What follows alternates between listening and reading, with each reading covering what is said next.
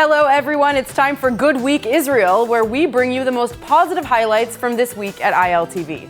Get ready to smile because coming up, Israeli developers in Tel Aviv are working on their version of electric vehicles. We'll find out how the deal between Israel and the UAE is changing the face of the world's diamond trade. And ILTV visits the Ghetto Fighters House, the world's oldest Holocaust museum. You may have heard of it, Mesa Restaurant. It's one of the most legendary and award-winning chef restaurants in Tel Aviv. ILTV went to check out the famed chef Aviv Moshe's gourmet cuisine. Take a look.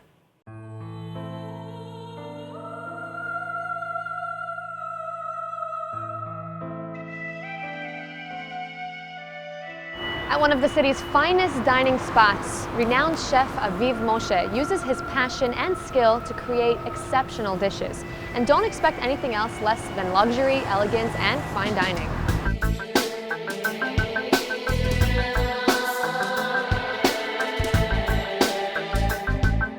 If you're looking for an exceptional culinary experience, look no further than Restaurant Mesa. It's the only Israeli restaurant that made it on the Traveler's Hot List as the 50 most beautiful restaurants in the world. So Mesa is a chef restaurant, and it's restaurant and bar mixed together. The part of the dinner is white and the bar is black. A lot of famous people in the world eat here, like Sarkozy, Tony Blair, Guardiola from Barca. The restaurant center features a long, high dining room table with beautifully lit candles and highly distinctive decor. But the design aesthetics in the white marble dining room don't stop with the decor, but extends to the way each dish is plated by highly regarded chef Aviv. What was your vision when opening one of Tel Aviv's most luxurious and elegant restaurants? I tell you, before we opened Mesa, all the restaurants was just restaurant. You come to the dinner, you finish and you go. But in my vision, I want to mix it with fun, with a bar, good food, and in one ticket and one place, you feel all the vibe. His inspiration derived from no other place than his very own mother's kitchen. I mix it and I make an interpretation for, my mom cuisine and street food cuisine in the plate. I was bad boy. Bad boy? And just when I get into the kitchen, something in my body, my head, start relax. Wow, and I fall in love. This bad boy not only designed the menu at Mesa, but is part of a group which runs 2 other exceptional restaurants around Tel Aviv, each with its own unique style. Well, now it's off to the kitchen where Chef Aviv shows us how it's done. This is one of the most favorite dish in Mesa. It's called baklawa, beef baklawa. It's come with coconut cream, sweet batata, tahina, and it's like the taste is like Arabic candy, but with the interpretation we make it for the first course. Tahina and date honey is drizzled on top to add a sweet note which complements the savory beef filling. Okay, so now we go to the second dish. This dish is called sashimi of shakshuka. Shakshuka is very traditional Mediterranean dish. It starts when I, in my home, start to cut and prepare the product for make shakshuka, and then I stop and say, I don't want to cook it. I want to mix it with some raw fish like the tuna and make interpretation of myself. So we start with tomato, and then we put garlic and hot pepper, little bit of lemon. We salt it.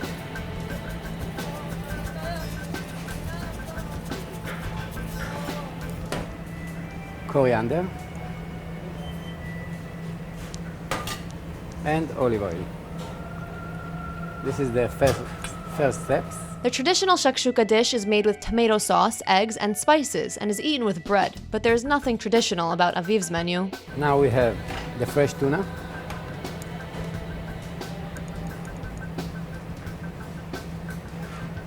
We have dry lemon that we squeeze it and mix it with a little bit spicy, hot spicy. We have the eggs. We cook it just only 6 minutes because we want it very soft here, the yellow. Mesa has been Tel Aviv's favorite spot for over a decade, and I think by now we can understand why. It looks like the presentation is very important to you. Would you say it's on the same level as the quality of the food? Yeah, of course. First, the place looks good, so we must the dish looks good, and after we work very, very hard for the dish. In the kitchen, we must presentation it like it's amazing. Of course, the presentation is very, very important, but the testing, it needs to be, in the top. It sounds like you make your recipes as you go along, like as you said with the shakshuka. Half of the menu, it's like interpretation for traditional dish, and I mix it with my way. All right, so now for the best part, we're gonna try this delicious food. And you tell me if it's... Of course, I absolutely love fish, raw fish, seared fish, anything. But you say you need to eat with the egg, with everything. You need to mix it. We'll try to get all the flavors in one bite, mix it all up, like you said.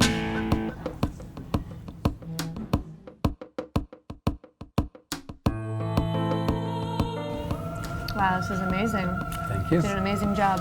Thank you. The colors, the textures, the flavors, it's like a party in my mouth.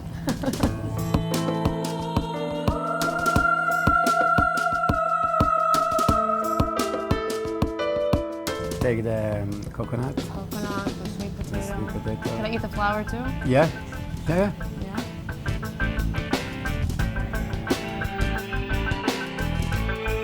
The vibrant restaurant also features a bar next door, which offers the best of both worlds. After dining in the restaurant, visitors can continue their night into the bar, which offers a more urban and nightly experience.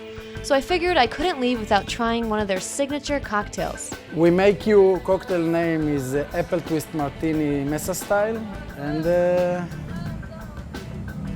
we start to do this. We take ice, apple schnapps, blackberry vodka, passion fruit, sour, apple juice, lime juice.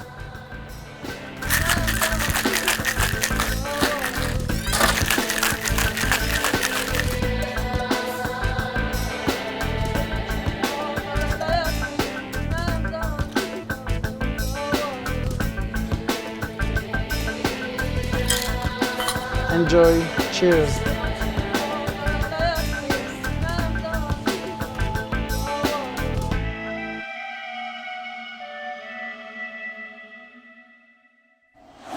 Now moving on to tech news, Israeli developers in Tel Aviv are working on their version of electric vehicles with the goal of becoming a lead in the electric automotive industry's market within the next decade. Here's more. Israeli automotive developer Automotive, located in Tel Aviv, are currently testing their own electric vehicle platform. That we've built the world's most modular electric platform. It's 7 years in the making, where we've built a very unique technology, enabling us to create a modular platform that can take any size, any shape, and any kind of vehicle. CEO of Daniel Burrell, saying that the type of vehicles available are a wide range, basically any kind of vehicle you would need or want, from large to small, on-road or off-road, in any type of shape and more. Showcasing 3 of its platform prototypes of different sizes, will support self-driving automotives as well. The flat base provides more space for the battery and allows for any body design to be applied on top. Burrell notes that the technology can even be used for trucks that are a maximum of 12 tons. Already seeing investors and partnerships with companies like Mitsubishi Corp, collaborations with Fiat Chrysler and Hino Motives, and now signing on to, quote, explore a joint development project with Indian carmaker Mahindra & Mahindra. Burrell says he expects more in the next few months. Our vision for the next 10 years is to becoming a market standard, a cornerstone, where all electric vehicles, or most of them at least, to be built on a RE platform. Chana Rifkin, ILTV. Well, the deal between Israel and the UAE is creating new business opportunities for several industries, including the diamond industry. Take a look at how the deal is changing the face of the world's diamond trade. Diamond traders from Dubai are being inundated with new customers from Israel. South African company Transatlantic Gem Sales, which auctions and tenders diamonds in Dubai, had close to 50 Israeli firms register with the company in just a few weeks. Dubai, with $21.2 billion in diamonds traded last year, and Israel, with around $12 billion, are the Middle East's main diamond centers. We all understood that the missing link actually in that business are the Israelis. The Israelis always played a big role in the diamond industry. The Israelis, we know them as being very, they have a very strong entrepreneurships. They have a lot of energy, and we all felt that for this place actually to close the circle and to become what I believe Dubai is going to become, the biggest center in the world. I think that the fact that the Israelis could not come here and had difficulties to come here will change. I mean, it's for me, it's a game changer. Before last month's U.S. brokered accords, trade between the centers was small and discreet due to regional political sensitivities. Transactions were processed through third countries or risked being stopped by UAE banks if Israeli links were spotted. From my point of view, we see Dubai as a golden gate, kind of golden gate to all this area, not only to Dubai. We have the opportunity to make partnership with them, and they will get into Saudi Arabia, Oman, and many other Arab countries that Israeli until today couldn't reach. The UAE has scrapped a law banning trade with Israel and the Emirates, creating significant economic opportunities created by the opening, which will also allow direct flights between the two countries. But this just adds more fluidity to the business, and I don't think we would see the proper impact of it this year, given that Israel today is on a full lockdown due to COVID. So we'll see the business grow a bit more and more going in the coming months. The UAE is the third biggest trading hub for rough diamonds after Belgium and India. Israel and China round out the top 5. Well, here's a story about overcoming political boundaries in the Middle East. An Israeli singer of Persian heritage is set to release an album she made by working in secret with Iranian musicians. Using encrypted instant messaging apps like Telegram and by wiring money through third-party countries, such as the UK and Turkey, Liraz Cherchi said she spent months of sleepless nights fearing those who associated with her would be in danger. In May, Iran's parliament passed a law criminalizing different types of cooperation with Israel, including using Israeli software. Here's a sneak peek of the collaboration.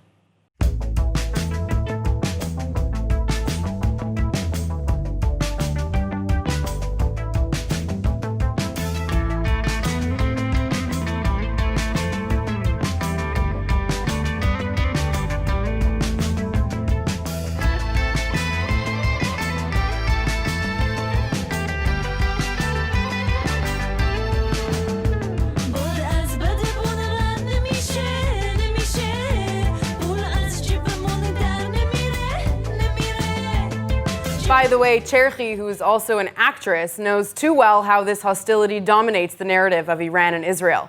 In her most recent screen performance, she plays a Mossad spy in the Israeli-made thriller series called Tehran, out this month on Apple TV. Have a look. You have 47 minutes. Stay in communication with me. Do what you have to do. I will be home by tomorrow afternoon. یه اتفاق بد افتاده. یه مأمور موساد وارد ایران شده. اسرائیلیات میخوان یه کار بزرگ بکنن. The coast is clear. Take care of the package. I'm in. Copy that. همین امروز میخوام گیرش بندازم. اینو پیدا کن. Next, ILTV went to northern Israel to visit the Ghetto Fighters House, the first of its kind to be founded by Holocaust survivors. Watch this. As the number of Holocaust survivors continues to decline, it's never been more important to keep their memory alive and preserve their story for generations to come. Today, we came to northern Israel to check out the Ghetto Fighters Kibbutz, which houses a state-of-the-art and expansive museum.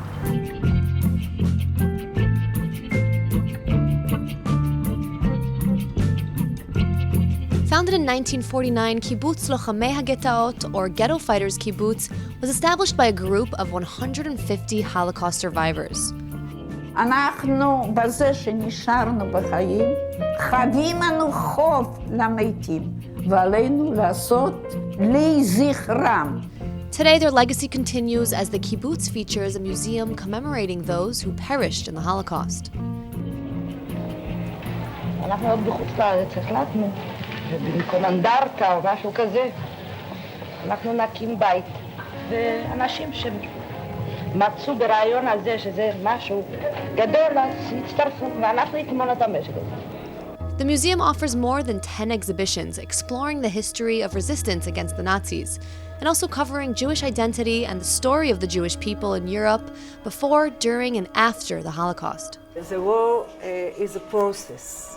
World War II and the Holocaust wasn't started just in a moment. It was a process, and it started with things that Jews are not allowed to do anymore, but the children, they don't understand. So like this young girl that she's standing and holding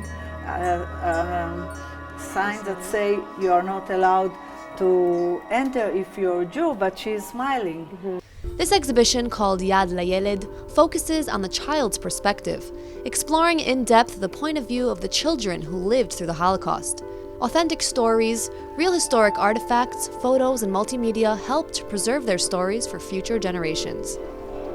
These are actual pictures of the signs that were placed around the city? Around all over Europe. It's in different languages. At the start of the Holocaust, they were trying to completely separate the Jewish people by not letting them in certain places and the Jewish star to identify themselves. Now we enter to one of the touching areas in the exhibition. It's talk about leaving home, being a refugee, from the phrase that say, I wanted to take my clown with me. Mama said the suitcase was already closed. This is when everyone had to get up and move out of their homes, take all of their belongings. As you can see here, we have an authentic example of a clown that was belonged to a girl. She deported with her mother to a camp, and she lived there till the end of the war. Each room simulated different aspects of life in the Warsaw Ghetto, using expansive sets and spaces. The path of the exhibition snakes around in a downward spiral, and as you work your way through the exhibit, the floor continues to slope in a way which symbolizes the trauma the children endured.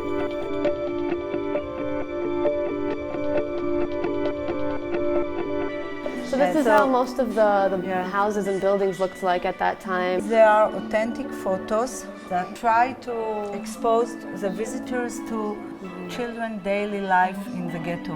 The concept of childhood has changed during the Holocaust. Children have to take responsibility for their families. They have to take care of the parents. They try to get food for the families.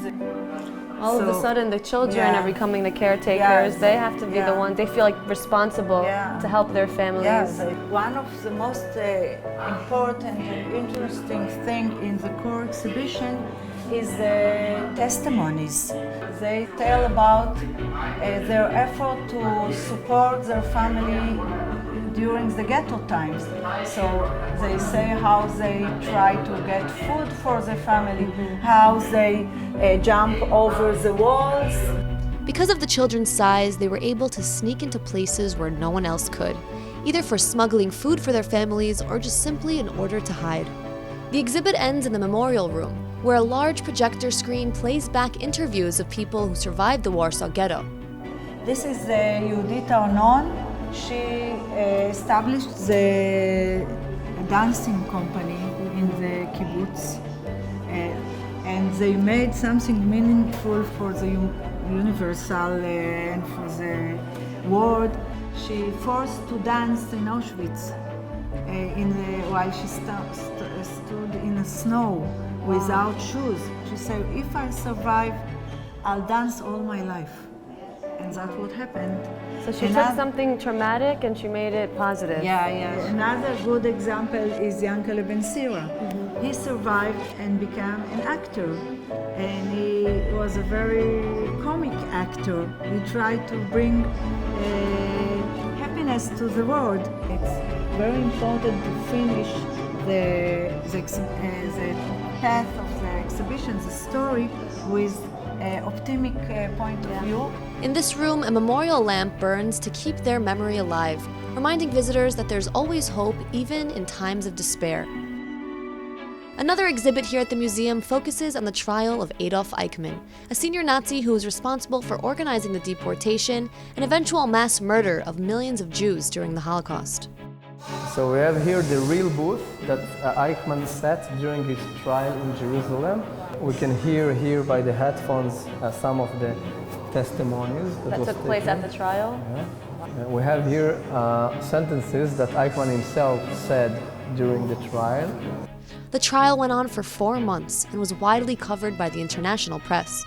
All these people are sitting there as Israelis during the 60s, who are hearing some of them for the first time about these massive stories about the camps, about the ghettos, about the rebels, because the state need them as a witnessing according to the Eichmann accusation. Then they get the whole picture that the Holocaust is much bigger than what they thought. So this was their opportunity to spread awareness and let the word out, even if it's very shameful. Eichmann was found guilty of war crimes following the trial and was then executed by hanging in 1962. Each year at the kibbutz, at the very place where the survivors held their first memorial assembly, their tradition is continued. The open-air theater is visited by many people from across Israel, including Holocaust survivors and their families, members of various youth movements, and others who are touched by participating in the memorial. פה אני הבנתי שאני מוכרח שתמיד יהיה לי מקום ללכת אליו. וכדי שיהיה לי תמיד מקום ללכת אליו, אז צריכה תמיד להתקיים מדינת ישראל.